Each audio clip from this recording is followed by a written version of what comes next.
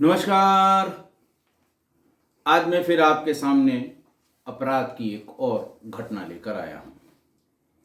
आज के अपराध की घटना विचित्र है, एक लंबे अरसे से चल रही है और अभी तक उसका खुलासा नहीं हुआ है।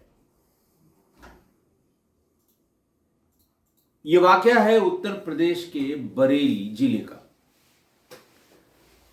बरेली जिले में पिछले 7 महीनों में 4 थाना क्षेत्रों में 11 महिलाओं की हत्या हुई। उम्र 50 से 60 के बीच में। 250 गांवों में इसकी दहशत है, लेकिन अब तक इसका पता नहीं चल पा रहा है कि आखिरकार ये हत्याएं कौन कर रहा है। अकेला कोई सीरियल किलर है या कोई ग्रुप है जो ऐसा कर रहा है।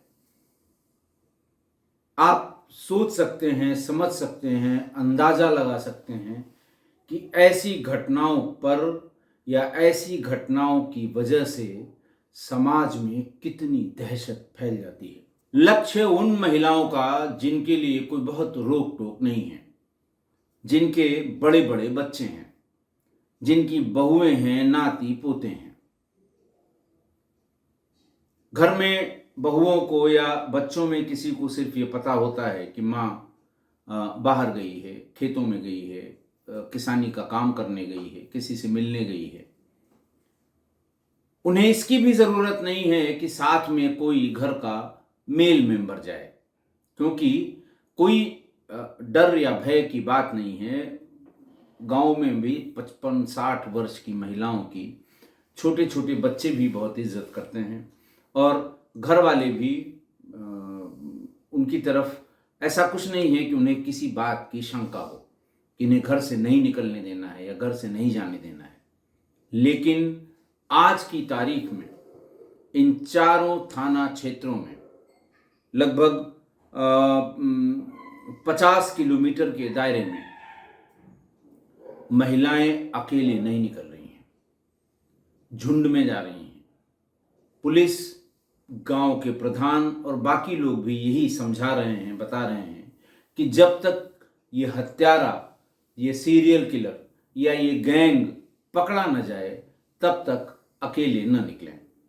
महिलाओं के झुंड में निकलें, खेती का अपना काम करें, वापस लौट आएं, बहुत रात न करें। ये जानना जरूरी है कि आखिर 12 मई 2023 से शुरू हुआ ये सिलसिला, अंतिम हत्या जो हुई है वो 26 नवंबर 2023 को हुई है।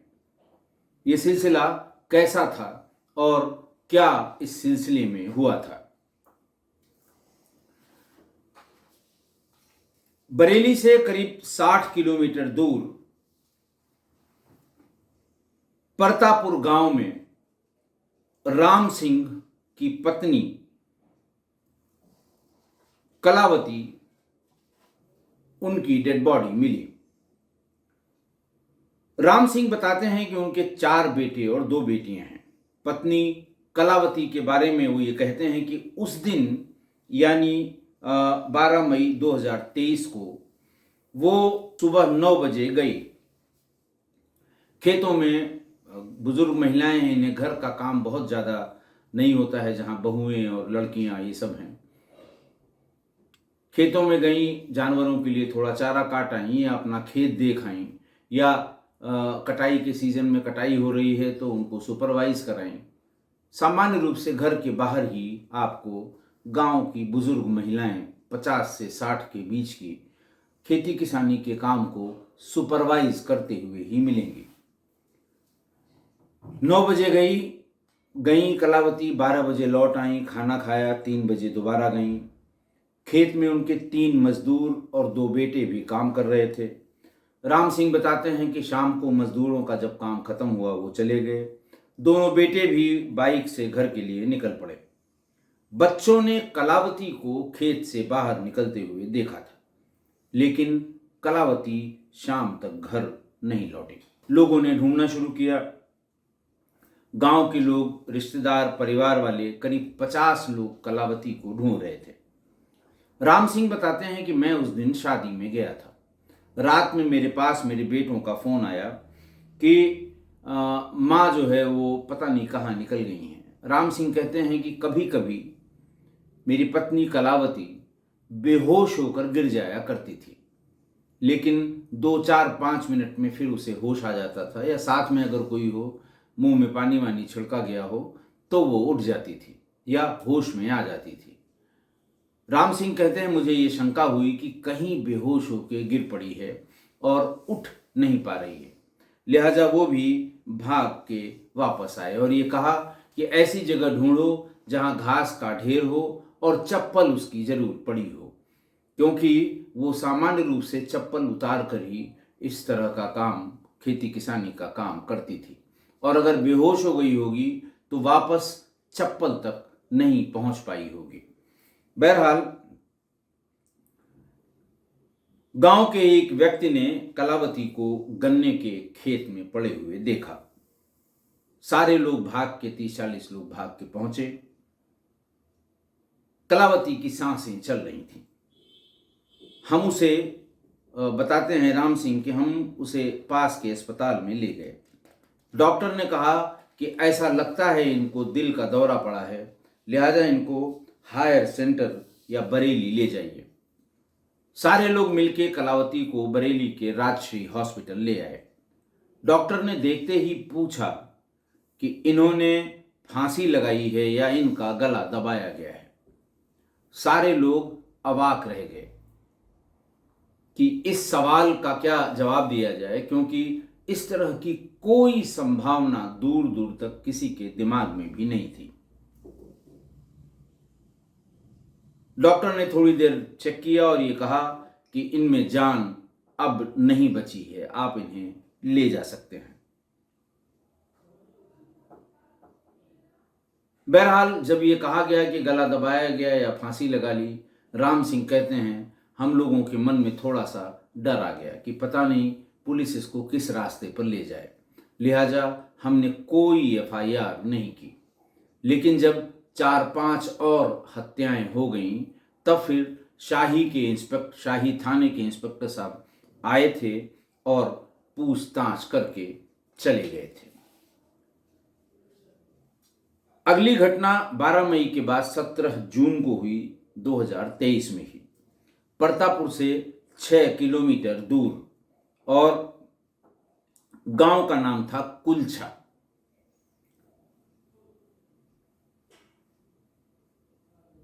महिला का नाम था धनवती। उसके पति प्रेमराज मौर्य ने अपना बयान पुलिस को नोट कराया कि धनवती सुबह 9 बजे दवा लेने गई थी। शाही कस्बा घर से 5 6 किलोमीटर दूर है। दोपहर 12 बजे तक जब वो नहीं लौटी तो हमें चिंता हुई। हमने और रिश्तेदारों ने, प्रेमराज मौर्य कहते हैं यानी मृतका के पति, और उनके रिश्तेदारों ने बहुत से जगह जाकर पूछा, लेकिन कुछ भी मालूम नहीं हुआ। अगले दिन यानी 18 जून को हमने शाही थाने में गुमशुदगी लिखवाई। प्रेमराज मौर्य बता रहे हैं कि उन्होंने 18 को शाही थाने में गुमशुदगी लिखवाई। वो आगे बताते हैं कि 19 जून को गांव के एक लड़के का फोन आया और उसने बताया कि मेरे ही खेत में धनवती की लाश पड़ी है। सारे लोग भागकर पहुंचे तो देखा 3 दिन में ही शव, जो जंगली जानवर हैं, सियार, लोमड़ी ज़्यादातर वहाँ मिलेंगे, उन्होंने बुरी तरह से नोच रखा है। बाल पूरे नोचे हुए हैं, मांस निकल आया है, जगह जगह हड्डियाँ दिखाई दे रही हैं, और जो दवा लेने वो डॉक्टर के यहाँ गई थी, वो डॉक्टर का पर्चा और दवाइयाँ पास में पड़ी हैं। धनवती का देवर लाला राम जो इसकी पैरवी कर रहा था, उसने कहा साहब बॉडी इतनी खराब हो चुकी थी कि पोस्टमार्टम भी कायदे से नहीं हो पाया कि किस तरह से मृत्यु हुई है। पुलिस ये कहने लगी कि हमने विसरा जांच के लिए भेजा है, जब विसरा की रिपोर्ट आ जाएगी तभी हम इसकी एफआईआर लिखेंगे। तब तक जब तक ये दो हत्याएं एक महीने में हो गई, दोनों संदिग्ध जैसी या दोनों का कोई कारण नहीं था, तो ये आसपास सुगबुगाहट शुरू हो गई कि लगता है कोई सीरियल किलर आ गया है। आपको ध्यान होगा मैंने बाराबंकी के इस तरह के सीरियल किलर का जिक्र किया था, लेकिन उसमें इसमें अंतर यह है कि बाराबंकी का वो सीरियल किलर वो इसी तरह की अधेड़ महिलाओं के साथ रेप भी करता था और उसके बाद गला दबाकर मार देता था। इस घटना के बाद महिलाओं ने अकेले निकलना बंद कर दिया। लाला राम ने यह भी बताया कि घर से 700 मीटर की दूरी पर गन्ने के खेत में काफी अंदर जाकर धनवती की लाश मिली थी, लेकिन आज तक ये नहीं समझ में आया कि गन्ने के उस खेत में उतनी भीतर तक धनवती क्यों गई। न तो वो रास्ता था जाने का, न वो बीच में बाजार के बीच में था, इसलिए, और जो रास्ता है पगडंडी है उससे बहुत दूर था। बहरहाल अगली घटना हुई आनंदपुर में, पास में वो भी है। 29 जून को राम नरेश की बुजुर्ग माँ, उम्र करीबन 60-65 साल, वो रोज खेत में जाती थी। 29 जून की सुबह भी वो खेत में गईं, दोपहर लौट आईं, खाना खाया, 3 बजे फिर दोबारा गईं और फिर नहीं लौटीं। शाम करीब 4:30 बजे जब लोगों ने ढूंढना शुरू किया तो वहां उनकी एक बहू ने बताया कि अभी तक माँ नहीं आई हैं। 4 बजे के आसपास, 4:30 बजे तक वो हर हाल में आ जाती हैं। उनको फ़ोन लगाया गया लेकिन उनका फ़ोन उठा नहीं, स्विच ऑफ नहीं था, उठा नहीं, जबकि किसी घरवाले का फ़ोन जाने पर वो उठा लिया करती थी। वहाँ ये भी पता लगा, बॉडी जब मिली, जब 30 जून को सुबह करीब 6 बजे, यानी 29 को गायब हुई थी, सुबह करीब 6 बजे 30 जून को गांव के ही एक खेत में उनकी लाश मिली। उनकी गर्दन में साड़ी का फंदा कसा हुआ था और दोनों हाथ में चांदी के कड़े जो पहने थी वो गायब था। चूंकि पास के ही भट्ठा मालिकों से कुछ विवाद इस परिवार का पहले से था, तो लोगों ने यह दिमाग लगाया, हो न हो भट्ठा मालिकों ने हमारी माँ की हत्या कर दी है। सीरियल किलर का हल्ला चल ही रहा है, इसी बीच में उन लोगों ने हमारी माँ की हत्या भी कर दी और कंगन भी उसका गायब कर दिया। शाही थाने में नामजद रिपोर्ट कराई गई, लेकिन पुलिस ने कोई कार्रवाई नहीं की, बल्कि प्रेमवती की बेटी, प्रेमवती महिला का नाम था, प्रेमवती की बेटी ममता कहती है कि जिन लोगों पर हत्या का आरोप था पुलिस ने उन्हें तो नहीं पकड़ा, लेकिन मेरे छोटे भाई को पुलिस ले गई और उसे बुरी तरह से मारा। पुलिस भी इस घटना को सीरियल किलिंग के खाते में नहीं रखती है। चौथी घटना हुई खजुरिया गांव में। आप देखिए, मई जून में 2 हुई, अब जुलाई। 22 जुलाई को कुसुमा, जिनके पति का नाम रमेश है, वो खेतों पर काम करने के लिए गई थी। उसके बाद उसकी अगले दिन लाश मिली 23 जुलाई को। पुलिस ने पूछा किसी पर डाउट है, किसी पर कुछ है, तो उसमें रंजिशन एक व्यक्ति को इस हत्या के मामले में रमेश ने एक FIR में नामजद करा दिया।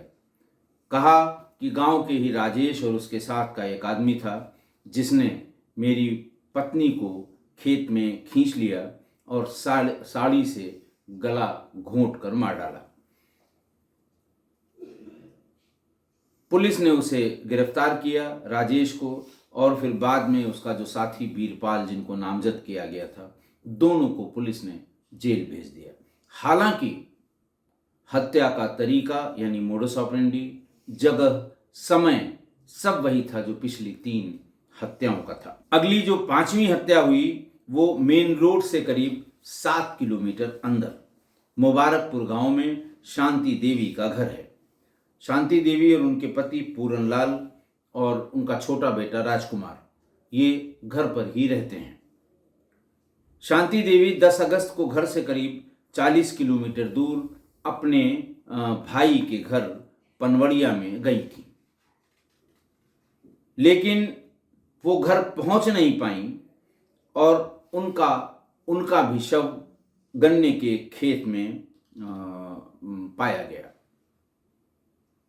फिर पुलिस ने पूछना शुरू किया किसी पे शक, क्योंकि अब संख्या बढ़ रही थी सीरियल किलिंग के शिकार महिलाओं की और दहशत बढ़ रही थी। गांव में भय का वातावरण हो रहा था। अखबार वाले और टीवी वाले अब जोर शोर से, क्योंकि संख्या ज़्यादा हो गई थी, 5 हो गई थी, जोर शोर से सीरियल किलर के नाम से हत्याओं को गढ़ने लगे थे। बहरहाल जब बहुत दबाव पड़ा तो पुलिस ने ये कहा कि साहब इसके लड़के ने ही अपनी मां को मार दिया है, क्योंकि लड़के के अपने भाई की पत्नी से संबंध थे। हालांकि भाई यानी राजकुमार की पत्नी ये कहती रही कि साहब वो हमारे जेठ थे, वो कभी बिना आवाज़ किए हुए या आवाज़ लगाए हुए कभी घर के भीतर नहीं आते थे और मैं उनकी जेठ की तरह इज्जत करती थी और वो भी जैसे सब परिवार में सबकी इज्जत करते हैं वैसे ही इज्जत करते थे। लेकिन पुलिस ने ज़बरदस्ती तोताराम को जेल भेज दिया, उनके देवर को, और पुलिस कहती है कि ये सीरियल किलिंग में नहीं आता है, जबकि ठीक उसी तरह से ये भी हत्या गले में फंदा लगाकर की गई थी और खेतों के बीच में की गई थी।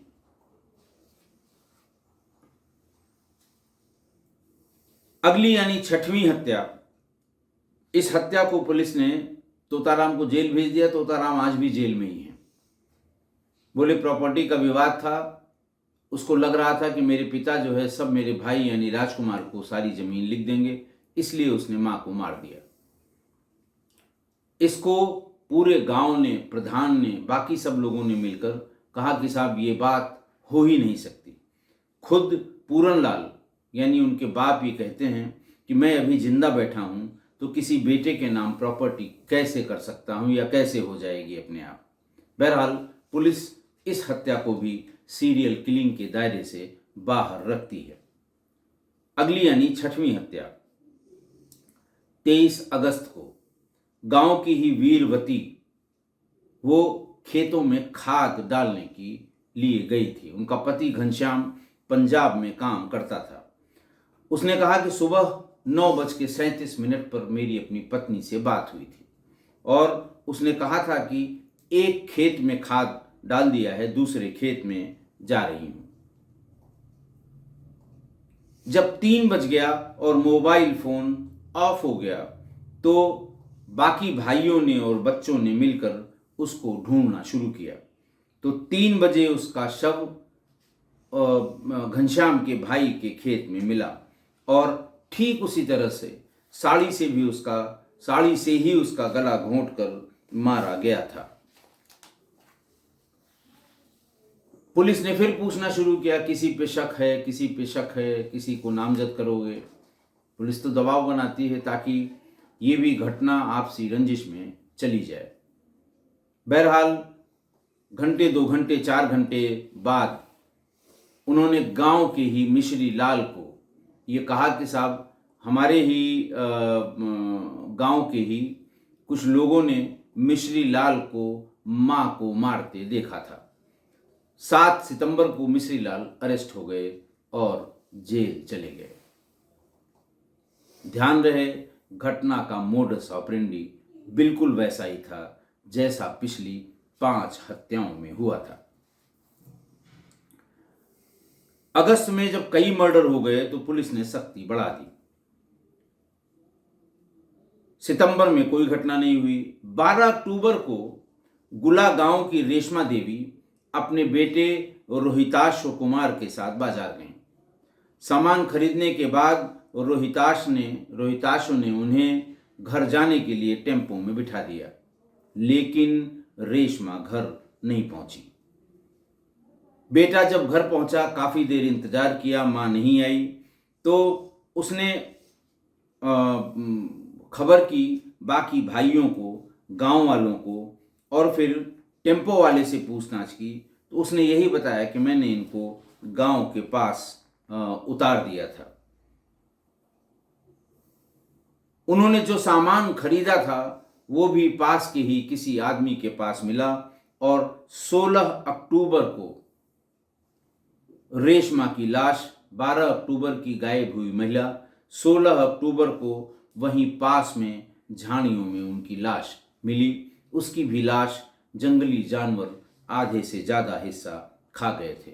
ये नहीं पता लग पाया कि क्या गले में साड़ी के फंदे से जान गई थी या किसी और वजह से।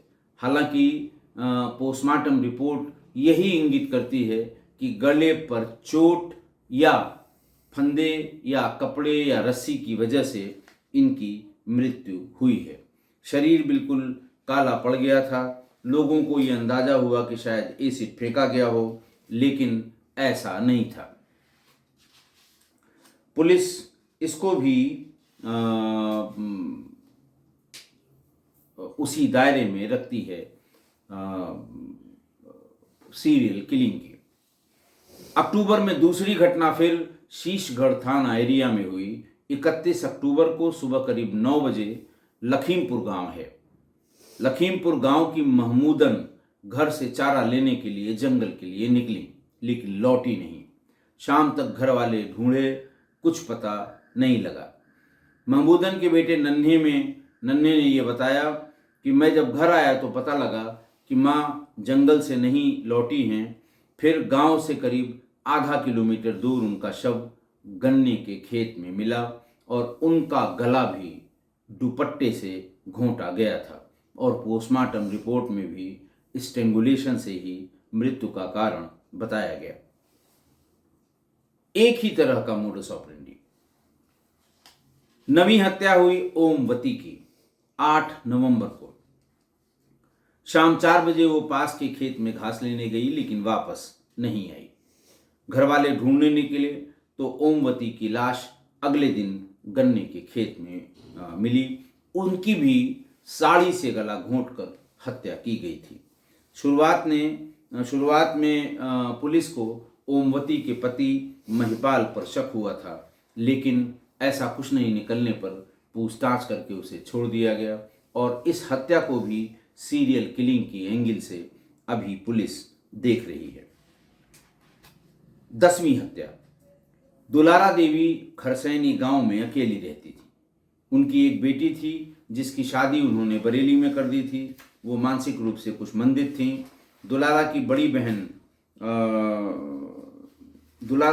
बहन पार्वती, उन्होंने बताया कि जब 2-3 दिन तक दुलारा देवी नहीं दिखी तो बाद में पूरा गांव जब मिलकर ढूंढने लगा, क्योंकि तब तक हल्ला हो गया था इसी सीरियल किलर का। दहशत हो गई थी, तो पूरा गांव लाश को ढूंढने निकला, तो खेत में उसकी भी, दुलारा देवी की भी लाश मिली। 26 नवंबर को, यानी 11वीं हत्या, 26 नवंबर 2023 को, यही अंतिम हत्या है सीरियल किलिंग की। जगदीशपुर में एक महिला का शव मिलने की सूचना पर पुलिस पहुंची। डेड बॉडी औंधे मुंह पड़ी थी और महिला की साड़ी से ही उसका गला घोंटा गया था। डेड बॉडी उर्मिला की थी। जगदीशपुर में उर्मिला के 2 बेटे रहते हैं और उनके पति वेद प्रकाश बाहर रह के अपना काम धंधा करते हैं। उन लोगों ने भी सेम वही किस्सा बताया कि 26 नवंबर को मेरी माँ खेतों में साग काटने गई थी। वो रोज नहीं जाती थी, कभी कभार जाती थी। उस दिन साग बनाने के लिए साग काटने गई। जब लौट कर नहीं आई तो शाम को 7 बजे उसका शव गन्ने के खेत में मिला। एक के बाद एक 11 हत्याएं। मोडस ऑपरेंडी एक है। पुलिस ने 4 को ये बताया कि ये रंजिशन है, बाकी पर पुलिस का ये कहना है कि हम प्रयास कर रहे हैं, हम विवेचना कर रहे हैं। और ये जो वहाँ के एसपी ग्रामीण हैं मुकेश चंद्र मिश्रा, उन्होंने मीडिया को ये बताया, ये ब्रीफ किया कि साहब सीरियल किलिंग के एंगल पर लीड अभी तक नहीं मिली है, लेकिन इंडिविजुअल केसेस में लीड मिल गई है और 2 में हमने गिरफ्तारी कर ली है, 2 में हम और गिरफ्तारी करेंगे। इतनी दहशत में पुलिस ने भी, ऐसा नहीं है कि कोई काम नहीं किया, पुलिस भी भरसक प्रयास कर रही है। आप ये समझें कि ये 4 थाना क्षेत्रों में शाही, शीशगढ़, फतेहगंज पश्चिमी और मीरगंज में हर थाने में अलग अलग दूसरे थानों से टीम बुलाकर, यानी 16 टीमें, सबसे ज़्यादा इफेक्टेड शाही थाना था, तो शाही थाने में ही 16 टीमें लगाई गई हैं। घटनास्थल वाले गांवों के आसपास भी, घटनास्थल के पास के गांवों के आसपास भी लोगों से जानने की कोशिश में कि शाम को कौन दिखाई दिया था, कौन इधर गया था, इधर किसका खेत है, अगली वाली हत्या में उससे क्या संबंध हो सकता है। तो 16 टीमें अकेले शाही थाना क्षेत्र में, 12 टीमें शीशगढ़ थाना क्षेत्र में, 6 टीमें फतेहगंज पश्चिमी थाना क्षेत्र में और 8 टीमें मीरगंज थाना क्षेत्र में पेट्रोलिंग के लिए लगाई गई हैं। लोगों को रोका जा रहा है, अकेले लोगों को रोका जा रहा है, वहाँ पर होने का कारण पूछा जा रहा है। अगर कोई उचित कारण या सही कारण नहीं बता पा रहा है, थाने लाकर उसे अलग से पूछताछ की जा रही है। इसीलिए उम्मीद है कि जल्दी ही वो ऐसी जगह पहुंच जाएंगे जहां से इस सीरियल किलर का पता लग जाएगा। इसके अलावा जिले की जो एसओजी होती है, जो क्राइम ब्रांच होती है डिस्ट्रिक्ट वाली, उन्होंने भी अपनी 6 टीमें अलग अलग बना रखी हैं। सर्विलांस के माध्यम से, फॉरेंसिक्स के माध्यम से, पुराने रिकॉर्ड्स के माध्यम से, अगल बगल के जिलों की सूचनाओं के माध्यम से कि अगल बगल भी ऐसी कोई घटना हुई हो आसपास के ज़िले में जिस पर नज़र न पड़ी हो या जो आपसी रंजिश में निपटा दिए गए हों, उनको भी देखने की ज़रूरत है और उनको भी देखा जा रहा है। पुलिस ने साइकेट्रिस्ट जितने थे, मनोवैज्ञानिक, उनसे भी जानने का प्रयास किया कि ऐसा कौन कौन कर सकता है, ताकि उन्हें रिकॉर्ड्स में छांटा जा सके, निकाला जा सके, उनसे बात की जा सके, उनके मूवमेंट पे नज़र रखी जा सके। मेरठ डिस्ट्रिक्ट हॉस्पिटल में साइकेट्रिस्ट जो हैं विभा नागर, वो ये कहती हैं कि ऐसे अपराधी मानसिक रूप से बीमार होते हैं। बरेली का जो किलर है, हो सकता है उसने एक अवधारणा अपने मन में बना ली हो कि 50 से 60 साल की महिलाओं से बदला लेना है। कोई घटना ऐसी तो पकड़े जाने पे पता लगेगा कि ये अवधारणा उसने क्यों और किस रीजन से बनाई है, लेकिन ये अवधारणा जरूर बनी है। दूसरा रीजन विभा नागर ये बताती हैं कि इस एज ग्रुप की महिलाओं के साथ ऐसे अपराधी का कोई ऐसा अनुभव अवश्य होगा जो उसके दिमाग में हमेशा खटक रहा है और मौका मिलने पर इसी एज ग्रुप की महिलाओं पर वो इस तरह की कार्रवाई करता है। उसको सैडिस्टिक प्लेजर आता है ऐसा करने में। अब तो जब वो पकड़ा जाएगा तभी ये बात पता लगेगी। आज की घटना देखिए, आज की घटना में कुल 11 महिलाओं की हत्या हुई। सीरियल किलिंग पुलिस इनमें से 7 को मानती है, रंजिश में 4 को मानती है, 2 में उसने गिरफ्तारी भी कर ली है, 2 में अभी वो साक्ष्य इकट्ठा कर रही है। पुलिस देखिए अपनी तरफ से दबाव का आप अंदाजा या दबाव का आलम आप खुद समझ सकते हैं। डिस्ट्रिक्ट पुलिस पे, रेंज पुलिस पे, जोन पुलिस पे कितना दबाव होगा। पिछले 15 दिनों से आप देख रहे होंगे या लगभग 1 महीने से अखबारों में, टीवी में, ऑनलाइन अखबारों में, व्हाट्सएप ग्रुप्स में इन हत्याओं की चर्चा चल रही है।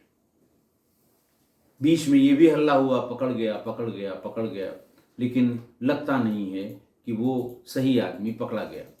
ये तब तक साबित नहीं होगा जब तक कि अगली हत्या, अगर कोई हत्या अगले 6 महीनों में नहीं होती, तो ये माना जाएगा कि जिन लोगों से पूछताछ हुई या जिन्हें पकड़ा गया, उन्हीं में से कोई एक सीरियल किलर रहा होगा। बहरहाल पुलिस यही कोशिश करती है हर बार कि ये अगर कोई नामजद कर दे तो ये रंजिश वाले खाते में हत्या चली जाए, ये हत्या सीरियल किलिंग के खाते में न जाने पाए। देखिए, ऐसा 5 महिलाओं में ऐसा ही हुआ, जहां उनके घर वालों ने रंजिशन किसी न किसी के खिलाफ मुकदमा लिखवा दिया, ये कह के कि साहब फलाने मारते समय देखा है। धनवती, प्रेमवती, कुसुमा, शांति देवी और वीरवती, इनके हत्या में कोई न कोई नामजद हुआ और पुलिस ने भी बहुत ही गजब की फुर्ती दिखाई। आधे से अधिक केसेस में अपराधी पकड़े और बंद कर दिए, लेकिन बाकी की हत्याओं का कुछ भी पता नहीं लगा। ड्रोन से निगरानी हो रही है। रात में ड्रोन उतने इफेक्टिव नहीं है। अगर चांदनी रात है तो चांदनी रात में की जा सकती है, लेकिन दिन में ड्रोन से निगरानी हो रही है। हत्याएं भी सब लगभग दिन में यानी शाम के समय में हो रही थी। हो सकता है इन्हीं कारणों से अभी दिसंबर में कोई हत्या या कोई इस तरह की घटना नहीं है। अब पुलिस को करना यह है कि पुलिस को ये एस्टेब्लिश करना है कि ये हत्याएं एक ही आदमी कर रहा है या एक ही ग्रुप कर रहा है। कोई और एविडेंस नहीं मिला, कोई और सुराग नहीं मिला, मुखबिरों से कोई बात नहीं हुई, सिविल में जो टीम लगाई गई उनसे भी कोई रिजल्ट नहीं निकला। तो एक ही तरीका और जो मेरी समझ में आता है, बचता है। देखिए, अब ड्रोन का तो अब बहुत ज़्यादा फायदा नहीं होगा, क्योंकि इधर 3-4 दिनों से कोहरा या फॉग शुरू हो गया है। दिन में 12 बजे तक रहता है और शाम होते होते फिर फॉग हो जाता है। तो ड्रोन से नीचे की निगरानी किया जाना इस मौसम में संभव नहीं है, लेकिन ओस या फॉग से जमीन की ऊपरी परत हल्की गीली हो जाती है। अगर गांव वालों को ये समझाया जाए कि ऐसी घटना होने के बाद जब डेड बॉडी की सूचना मिलती है तो कोई भी नज़दीक न जाए, यानी घटनास्थल को सुरक्षित कर लिया जाए, तो मुझे उम्मीद है, मेरा यकीन है कि उसके आसपास फुटप्रिंट जरूर मिल जाएंगे। अगर एक से अधिक घटना होती है अब के बाद, तो फुटप्रिंट से मैच करके पुलिस ये इस्टेब्लिश कर सकती है कि एक ही आदमी था, वही आदमी दोनों में था या एक से अधिक आदमी थे, यानी ये इस्टेब्लिश हो जाएगा। और फिर एक लीड मिलेगी, जूते का इम्प्रेशन, चप्पल का इम्प्रेशन या नंगे पैर का इम्प्रेशन। ये बहुत अच्छी लीड हुआ करती हैं इन्वेस्टिगेशन में, और खासकर ऐसे इन्वेस्टिगेशन में, क्योंकि दूसरा कोई चारा, दूसरी कोई बात, भाई वो खेतों में ही सबको मार रहा है, जो कोई भी मार रहा है, रस्सी या बाहर की किसी और वस्तु का इस्तेमाल करने के बजाय वो दुपट्टे या साड़ी से ही कस के मार रहा है। आपको फिंगरप्रिंट न दुपट्टे पे मिल सकते हैं न साड़ी में मिल सकते हैं। किसी औजार हथियार पे अगर इसका इस्तेमाल करता तो उस पर शायद फिंगरप्रिंट मिलते, अगर वो कहीं छूट जाता या गिरा पड़ा मिलता। तो फिंगरप्रिंट का तो कोई मतलब नहीं है। गला दबा कर मारता है, इसलिए ब्लड का भी कोई मतलब नहीं है। तो सिर्फ यही मेरी जो समझ में एक चीज ये है कि अगर थोड़ा सा जागरूक हो जाएं लोग और लाश का पता लगने पर पास कोई न जाए, सबसे पहले फॉरेंसिक की टीम डिस्ट्रिक्ट वाली बुलाई जाए, फुटप्रिंट लेने की, देखने की कोशिश की जाए, 1-2 आदमी भीतर जाएं, आसपास जो भी जितने भी फुटप्रिंट हैं, क्योंकि मैंने कहा ना कि सरफेस गीली हो जाएगी। इतनी फॉग है, इतनी ओस है कि घास और सरफेस दोनों गीली होगी। अगर कहीं मिट्टी में, अगर कहीं रास्ते में कोई फुटप्रिंट मिल जाएगा तो आधे से अधिक काम बन जाएगा। और अगर एक से ज़्यादा घटनाएं अब आगे होती हैं तो ये इस्टेब्लिश करने में आसानी होगी कि किसी एक ने किया है या किसी ग्रुप में किया है। हो सकता है एक से अधिक लोग हों, हालांकि अब तक ऐसे कोई प्रमाण नहीं मिले हैं कि इन हत्याओं में एक से अधिक लोग शामिल हों। अच्छा, ये भी सच है कि इतनी हत्याएं एक साथ अलग अलग जगहों पर रंजिश से नहीं हो सकती, कि रंजिश में एक ही एज ग्रुप की, एक ही मोडस ऑपरेंडी की से हत्या हुई हो और हत्या करने वाले सब अलग अलग रंजिशन उन्होंने हत्या की हो, लेकिन तरीका एक ही हो, ये भी नहीं हो सकता, ये संभव नहीं है। और ये भी सच है कि अपराधी निश्चित रूप से मानसिक बीमारी से ग्रसित है। ये तो उसके पकड़े जाने पर ही पता लगेगा। मैं बहुत कॉन्फिडेंट हूं कि ये आज नहीं कल खुलेगा। एक तो बरेली पुलिस का सेटअप बहुत अच्छा है। वहाँ पर सुशील प्रभाकर धुले ये एसएसपी बरेली है। जब मैं अलीगढ़ में था तो ये हाथरस में थे। बहुत अच्छा नया अफसर है, बहुत अच्छा अफसर है, क्राइम का नायक है और मेहनती है। एक दूसरा वहाँ जो आईजी हैं राकेश सिंह, वो भी बहुत जिम्मेदार, बहुत पुराने, बहुत एक्सपीरियंस्ड, और इसी तरह की बड़ी बड़ी जगहों पे क्राइम पर उन्होंने बहुत काम किया है। नीचे का सेटअप भी लगभग, चूंकि मैं रहा हूँ बरेली में, जितनी जानकारी मुझे अब तक है कि इंस्पेक्टर्स और सब इंस्पेक्टर्स भी ठीक हैं, मतलब अच्छे हैं। ऐसा नहीं है कि वो मेहनत नहीं करेंगे, क्योंकि ये पुलिस के लिए बदनामी का सबब है। मेहनत सभी करेंगे और एक न एक दिन हम अपराधी तक, यानी पुलिस अपराधी तक जरूर पहुंचेगी, ये मेरा दृढ़ विश्वास है। आशा है आप भी मेरी इस बात से सहमत होंगे। आज के लिए इतना ही। बहुत बहुत धन्यवाद।